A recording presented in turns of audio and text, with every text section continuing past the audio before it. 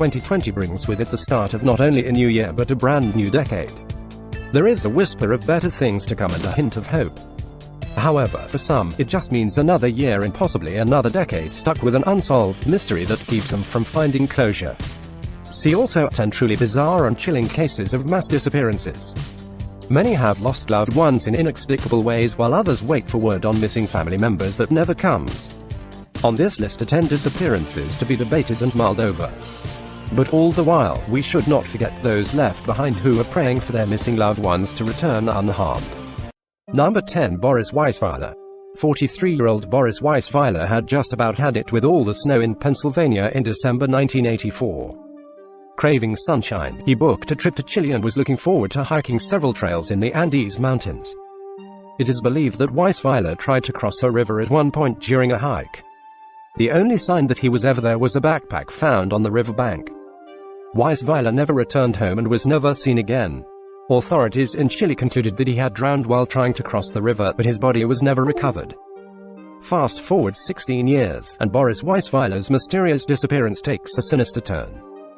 Declassified U.S. documents reveal that the Penn State University professor may have been murdered in Chile. The documents allege that a witness saw Weisweiler being interrogated at an agricultural commune before being shot point blank. This revelation led to a new investigation. In 2012, 8 men, including police and military officers, were charged with the kidnapping of Weisweiler. However, the case was closed in 2016 and the men were all freed. Boris Weisweiler's sister was devastated at this turn of events. To date, a body has not been recovered in Chile and Boris Weisweiler's ultimate fate remains a mystery. On April 20, 1989, 37-year-old Patricia Meehan was driving on the wrong side of the road on Montana Highway 200 when she crashed into another vehicle. The driver of the other car was Carol Heights, an off-duty police dispatcher. After Heights exited her car, Meehan walked up to Heights and stared silently at her. After a few seconds, Meehan turned around, climbed over a nearby fence, stared again at the scene, and then walked away. She was never heard from again. After the incident, thousands of sightings of Meehan were reported. She was either hitching rides or having low-key meals at diners. These sightings all allegedly took place in the states of Montana and Washington. It was revealed that Meehan had suffered from depression and worked odd jobs at a ranch in Montana before her disappearance. In conjunction with police efforts, Meehan's family launched a personal search for Patricia. The family distributed 2,000 missing person flyers and made use of horses and a helicopter to search rough terrain. Despite this huge effort, Patricia Meehan remains missing. Number 8. Mayumi Arashi.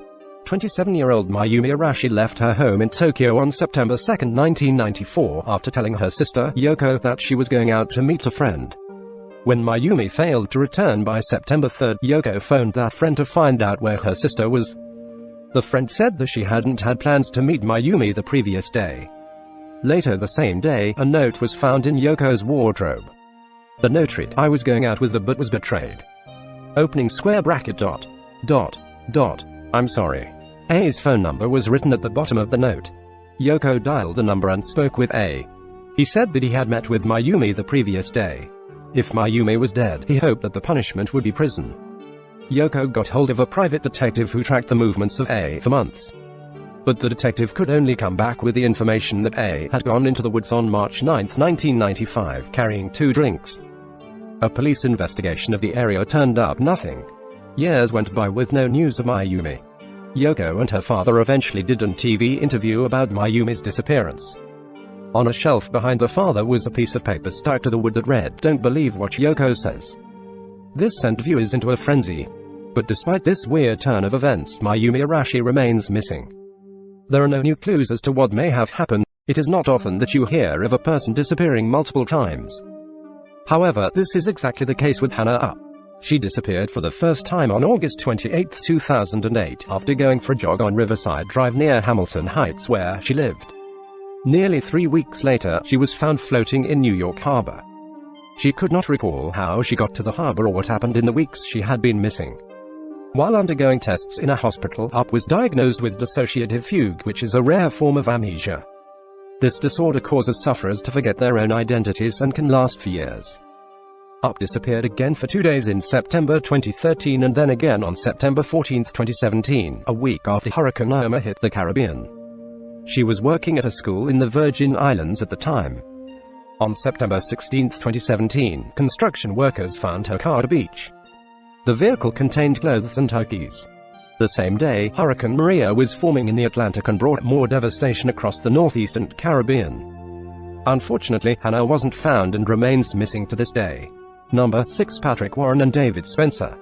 After celebrating a great Christmas Day with their families in 1996, best friends Patrick Warren, 11, and David Spencer, 13, spent Boxing Day lazing about in their homes in Chelmsley Wood. In the afternoon, they played with a group of children in Meriden Park.